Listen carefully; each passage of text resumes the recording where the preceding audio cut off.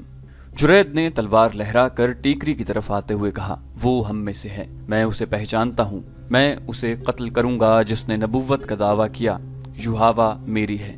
وہ للکارتا آ رہا تھا، یوحاوا حبل اور عزا سے زیادہ مقدس ہے، سامنے لاؤ اپنے نبی کو۔ کون مسلمان اپنے اللہ کے رسول صلی اللہ علیہ وآلہ وسلم کی اتنی توہین برداشت کرتا؟ جس مسلمان نے ان تینوں کو للکارا تھا اس نے کمان میں تیر ڈالا، اور دوسرے لمحے یہ تیر جرید بن مسیب کی دائیں آنکھ میں اتر کر کھوپڑی کے دور اندر تک جا چکا تھا۔ جرید کے ایک ہاتھ میں تلوار تھی، اس کا دوسرا ہاتھ دائیں آنکھ پر چلا گیا اور اس نے تیر کو پکڑ لیا۔ وہ رک گیا، اس کا جسم ڈولا، پھر اس کے گھٹنے زمین سے جا لگے۔ اس کا وہ ہاتھ جس میں تلوار تھی اس طرح زمین سے لگا کہ تلوار کی نوک اوپر کو تھی۔ جرید بڑی زور سے آگے کو گرا، تلوار کی نوک اس کی شہرگ میں اتر گئی، وہ ذرا سا تڑپا اور ہمیشہ کے لیے بے حس و حرکت ہو گیا۔ سعد بن معاذ رضی اللہ عنہ جو زخمی تھے کعب بن اسد کے دروازے پر جا رکے۔ کعب نے غلام کو بھیجنے کی بجائے خود دروازہ کھولا۔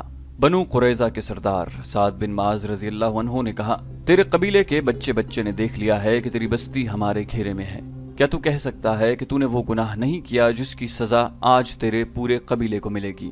کیا تو نے سوچا نہیں تھا کہ بد عہدی کی سزا کیا ہے؟ کعب بن اسد نے ہارے ہوئے لہجے میں کہا، مجھے انکار نہیں، لیکن میں نے وہ گناہ کیا نہیں جو ابو سفیان مجھ سے کروانا چاہتا تھا، اس لیے نہیں کیا کہ تو اس سے یرغمال میں اونچے خاندانوں کے آدمی مانگتا تھا۔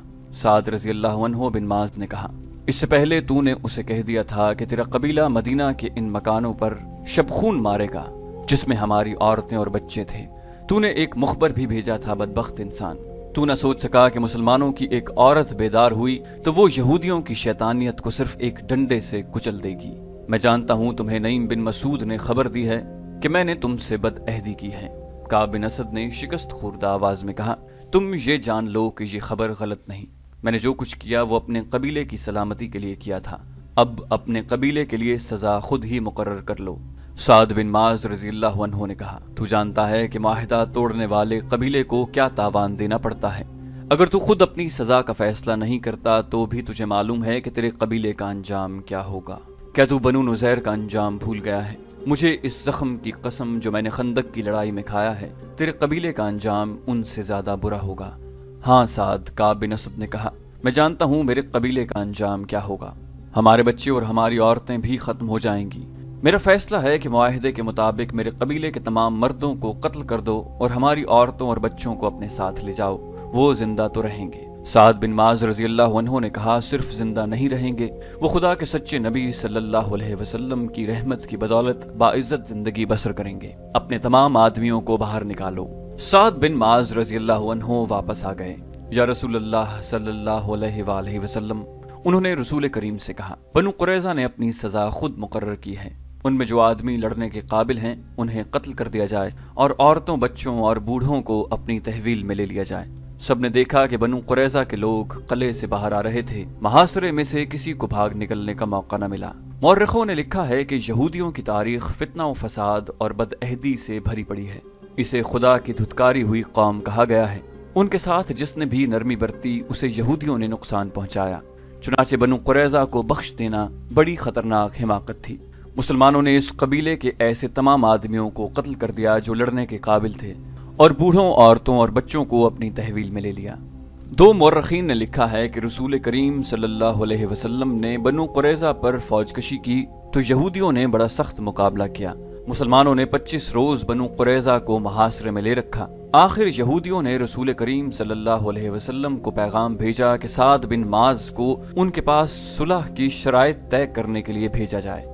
چنانچہ سعد بن معاذ رضی اللہ عنہ گئے اور یہ فیصلہ کر کے آئے کہ بنو قریظہ کے آدمیوں کو قتل کر دیا جائے اور ان کی عورتوں اور بچوں کو مال غنیمت میں لے لیا جائے۔ جن یہودیوں کو قتل کیا گیا ان کی تعداد 400 تھی۔ زیادہ تر مورخوں نے لکھا ہے کہ بنو قریظہ نے مقابلہ نہیں کیا اور اپنے کیے کی سزا پانے کے لیے قلعے سے نکل آئے۔ مدینہ میں یہودیوں کے قتل عام کے ساتھ یہ ذکر دلچسپی سے خالی نہ ہوگا کہ اس سے پہلے مسلمانوں نے یہودیوں کے 2 قبیلوں بنو نذیر اور بنو قینقاع کو ایسی ہی بدعہدی اور فتنہ پردازی پر ایسی ہی سزا دی تھی۔ ان قبیلوں کے بچے کچھ یہودی شام کو بھاگ گئے تھے۔ شام میں ایرانیوں کی حکومت تھی۔ ایک عیسائی بادشاہ ہرقل نے حملہ کر کے شام پر قبضہ کر لیا۔ یہودیوں نے اس کے ساتھ بھی بدعہدی کی۔ ادھر مدینہ میں مسلمان بنو قریظہ کو قتل کر رہے تھے، ادھر ہرقل بنو نذیر اور بنو قینقاع کا قتل عام کر رہا تھا۔ ایک حدیث ہے جو حضرت عائشہ رضی اللہ عنہا کے حوالے سے ہشام بن عروہ نے بیان کیا ہے کہ سعد بن معاذ کے فیصلے کو رسول کریم صلی اللہ علیہ وسلم نے قبول فرما لیا اور بنو قریظہ کے یہودیوں کو قتل کر دیا گیا تھا۔ ہشام بن عروہ نے یہ بھی کہا ہے کہ ان کے والد بزرگوار نے انہیں یہ واقعہ سنایا تھا کہ سعد بن معاذ کو سینے میں برچھی لگی تھی۔ جب بنو قریظہ کو سزا دی جا چکی تو رسول اللہ صلی اللہ علیہ وسلم کے حکم سے سعد بن معاذ کے لیے مسجد کے قریب ایک خیمہ لگا کر اس میں انہیں رکھا گیا تاکہ ان کے زخم کی دیکھ بھال آسانی سے ہوتی رہے۔ سعد بن معاذ اس خیمے میں لیٹ گئے لیکن اٹھ بیٹھے اور انہوں نے خدا سے دعا مانگی کہ ان کی ایک ہی خواہش ہے کہ ہر اس قوم کے خلاف لڑیں جو اللہ کے رسول صلی اللہ علیہ وآلہ وسلم کو سچا نبی نہیں سمجھتی، مگر لڑائی ختم ہو چکی ہے۔ انہوں نے خدا سے التجا کی کہ اگر میرے نصیب میں کوئی اور لڑائی لڑنی ہے تو مجھے اس میں شریک ہونے کے لیے زندگی عطا فرما۔ اگر یہ سلسلہ ختم ہو گیا ہے تو میرے زخم کو کھول دے کہ میں تیری راہ میں جان دے دوں۔ سعد بن معاذ کی یہ دعا 3-4 آدمیوں نے سنی تھی لیکن انہوں نے اسے اہمیت نہیں دی تھی۔ صبح کسی نے دیکھا کہ سعد بن معاذ کے خیمے سے خون بہہ بہہ کر باہر آ رہا تھا۔ خیمے میں جا کر دیکھا سعد بن معاذ رضی اللہ عنہ شہید ہو چکے تھے۔ انہوں نے خدا سے شہادت مانگی تھی، خدا نے ان کی دعا قبول کر لی، ان کے سینے کا زخم کھل گیا تھا۔ بنو قریظہ کی تباہی کی خبر مکہ پہنچی تو سب سے زیادہ خوشی ابو سفیان کو ہوئی۔ خدا کی قسم بنو قریظہ کو اس بدعہدی کی سزا ملی ہے جو اس کے سردار کعب بن اسد نے ہمارے ساتھ کی تھی۔ ابو سفیان نے کہا اگر اس کا قبیلہ مدینہ پر شب خون مارتا رہتا تو فتح ہماری ہوتی اور ہم بنو قریظہ کو موت کی بجائے مال غنیمت دیتے۔ کیوں خالد، کیا بنو قریظہ کا انجام بہت برا نہیں ہوا؟ خالد نے ابو سفیان کی طرف ایسی نگاہوں سے دیکھا جیسے اس کی بات اچھی نہ لگی ہو۔ کیا تم بنو قریظہ کے اس انجام سے خوش نہیں ہو خالد؟ ابو سفیان نے پوچھا۔ مدینہ سے پسپائی کا دکھ اتنا زیادہ ہے کہ بڑی سے بڑی خوشی بھی میرا یہ دکھ نہیں ہلا سکتی۔ خالد رضی اللہ عنہ نے کہا بدعہد کی دوستی دشمنی سے زیادہ خطرناک ہوتی ہے۔ کیا تم مجھے بتا سکتے ہو کہ یہودیوں نے کس کے ساتھ وفا کی ہے؟ اپنی بیٹیوں کو یہودیت کے تحفظ اور فروغ کے لیے دوسری قوموں کے آدمیوں کی عیاشی کا ذریعہ بنانے والی قوم پر بھروسہ نہیں کیا جا سکتا۔ ہمیں مسلمانوں نے نہیں، طوفانی آندھی نے محاصرہ اٹھانے پر مجبور کیا تھا۔ ابو سفیان نے کہا ہمارے پاس خوراک نہیں رہی تھی، تم لڑنا نہیں چاہتے تھے۔ خالد رضی اللہ عنہ نے کہا اور اٹھ کر چلے گئے۔ خالد رضی اللہ عنہ اب خاموش رہنے لگے تھے۔ انہیں کوئی زبردستی بلاتا تو وہ جھنجھلا اٹھتے۔ ان کے قبیلے کا سردار ابو سفیان اس سے گھبرانے لگا تھا۔ خالد اسے بزدل کہتے تھے۔ خالد نے اپنے آپ سے عہد کر رکھا تھا کہ وہ مسلمانوں کو شکست دیں گے، لیکن اسے جب میدان جنگ میں مسلمانوں کی جنگی چالیں اور ان کا جذبہ یاد آتا تھا تو وہ دل ہی دل میں رسول اکرم صلی اللہ علیہ وآلہ وسلم کو خراج تحسین پیش کرتے۔ ایسا عسکری جذبہ اور ایسی عسکری فہم و فراست قریش میں ناپید تھی۔ خالد خود اس طرز پر لڑنا چاہتے تھے لیکن اپنے قبیلے سے انہیں تعاون نہیں ملتا تھا۔ آج جب وہ مدینہ کی طرف اکیلے جا رہے تھے تو اسے مارکہ خندق سے پسپائی یاد آ رہی تھی۔ انہیں غصہ بھی آ رہا تھا اور وہ شرمسار بھی تھے۔ انہیں یاد آ رہا تھا کہ 1 سال کس طرح گزارا تھا۔ وہ مدینہ پر ایک اور حملہ کرنا چاہتے تھے لیکن اہل قریش مدینہ کا نام سن کر دبک جاتے تھے۔ آخر انہیں اطلاع ملی کہ مسلمان مکہ پر حملہ کرنے آ رہے ہیں۔ اسے یہ خبر ابو سفیان نے سنائی تھی۔ مسلمان مکہ پر حملہ کرنے صرف اس لیے آ رہے ہیں کہ ہم نے ثابت کر دیا ہے کہ قبیلہ قریش محمد صلی اللہ علیہ وآلہ وسلم سے ڈرتا ہے۔ خالد نے ابو سفیان سے کہا کیا تم نے اپنے قبیلے کو کبھی بتایا کہ مسلمان مکہ پر حملہ کر سکتے ہیں؟ کیا قبیلہ حملہ روکنے کے لیے تیار ہے؟ اب اس بحث کا وقت نہیں کہ ہم نے کیا کیا اور کیا نہیں۔ ابو سفیان نے کہا مجھے اطلاع دینے والے نے بتایا ہے کہ مسلمانوں کی تعداد تقریباً 1,500 ہے۔ تم کچھ سوچ سکتے ہو؟ میں سوچ چکا ہوں۔ خالد رضی اللہ عنہ نے کہا مجھے 300 سوار دے دو، میں مسلمانوں کو راستے میں روک لوں گا۔ میں قرل غیم کی پہاڑیوں میں گھات لگاؤں گا، وہ اسی درے سے گزر کر آئیں گے، میں انہیں ان پہاڑیوں میں بکھیر کر ماروں گا، تم جتنے سوار چاہو لے لو، ابو سفیان نے کہا، اور فوراً روانہ ہو جاؤ، ایسا نہ ہو کہ وہ درے سے گزر آئیں۔ خالد کو آج یاد آ رہا تھا کہ اس خبر نے اس کے جسم میں نئی روح پھونک دی تھی۔ اس نے اسی روز 300 سوار تیار کر لیے تھے۔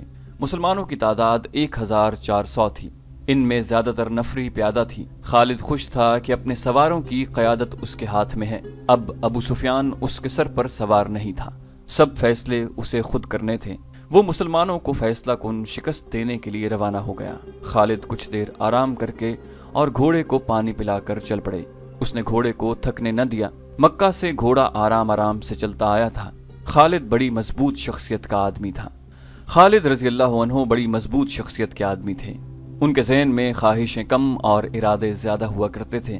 وہ ذہن کو اپنے قبضے میں رکھا کرتے تھے، مگر مدینہ کو جاتے ہوئے ذہن اس پر قابض تھا۔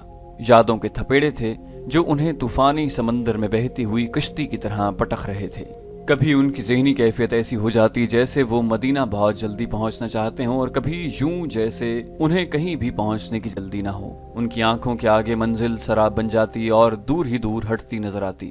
گھوڑا اپنے سوار کے ذہنی خلفشار سے بے خبر چلا جا رہا تھا۔